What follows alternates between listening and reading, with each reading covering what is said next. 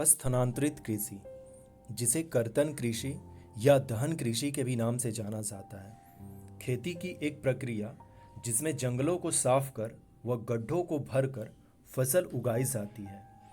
सालों साल फसल उपजाते रहने से वहाँ ज़मीन की उर्वरता में कमी हो जाती है।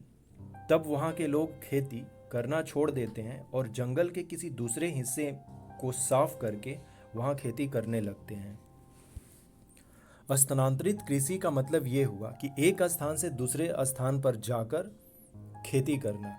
जनरली क्या होता है कि जो ट्राइबल्स पीपल हैं वो जंगल में आग लगा के उस जगह को साफ कर देते हैं और फिर वहाँ खेती करते हैं। वो काफ़ी उपजाऊ भूमि रहती है 1-2 साल, क्योंकि वहाँ पर जले हुए जो उस लकड़ी के खाद रहते हैं वो उसका खाद का काम करते हैं। लेकिन फिर कुछ साल बाद 4-5 साल बाद वो अनुपजाऊ हो जाती है, जिससे वो उस जगह को छोड़ देते हैं और फिर जाकर यही काम दूसरे जगह पर करते हैं। इसीलिए इस तरह की खेती को स्थानांतरित कृषि कहते हैं। इस तरह की खेती में न तो आधुनिक उपकरण उपयोग किए जाते हैं और ना ही खाद। इसमें पारिवारिक श्रम का ज़्यादा उपयोग होता है और उपज भी अपेक्षाकृत कम प्राप्त होती है। सिंपल सी बात है, जब ये ट्राइबल्स पीपल कर रहे हैं और जनरली ये पहाड़ी या पठारी इलाकों में की जाती है, तो वहाँ पर उपकरण कैसे यूज कर सकते हैं आधुनिक, ये चीज़ है। स्थानांतरित कृषि में मुख्य रूप से चावल और मक्के की फसल उगाई जाती है। हम लोग देखेंगे कि भारत और भारत से बाहर अलग देशों में स्थानांतरित कृषि को अलग अलग नामों से जाना जाता है। स्थानांतरित कृषि को अलग अलग क्षेत्रों में अलग अलग नामों से जाना जाता है, जैसे असम और उत्तर पूर्व के क्षेत्रों में झूम खेती। आप बहुत बार देखे होंगे झूम खेती किसे कहते हैं।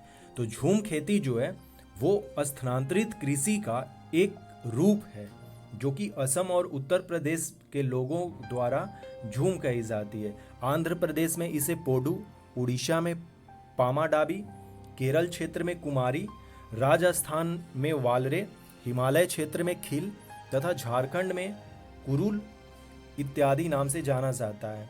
विश्व के अनेक भागों में झूम कृषि की जाती है, जिन्हें विभिन्न देशों में विभिन्न नामों से जाना जाता है। जैसे वेनेजुएला कोंको के नाम से जाना जाता है, मलेशिया में इसे लदांग कहते हैं, मैक्सिको में मिल्पा, ब्राज़ील में रोका।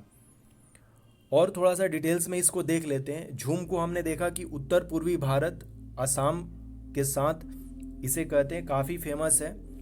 वेवर और दहियार बुंदेलखंड जो क्षेत्र है मध्य प्रदेश का, वहाँ कहा जाता है दीपा। बस्तर जिला या बस्तर का जो एरिया है छत्तीसगढ़ में, वहाँ पे इसे दीपा के नाम से जाना जाता है। और भी बहुत सारे नाम हैं, जैसे पोडू आंध्र प्रदेश में, कुमारी केरल या पश्चिम घाट का जो क्षेत्र है जिसमें कि कुछ पार्ट नीलगिरी और तमिलनाडु का भी आ जाता है, वहाँ पर कुमारी के नाम से जाना जाता है। उड़ीसा में इसे कमन, विंगा और धावी के नाम से जानते हैं। विश्व में इसे जैसे वियतनाम में रे के नाम से जाना जाता है, मेडागास्कर में तावी के नाम से जानते हैं इसे। कांगो और जायरे जो नदी घाटी है वहाँ पे मसोले करके नाम से इसे जानते हैं। भूमध्य रेखीय अफ्रीका देश जो होते हैं वहाँ पे फंग के नाम से जानते हैं। पश्चिमी अफ्रीका में इसे लोगन के नाम से जानते हैं।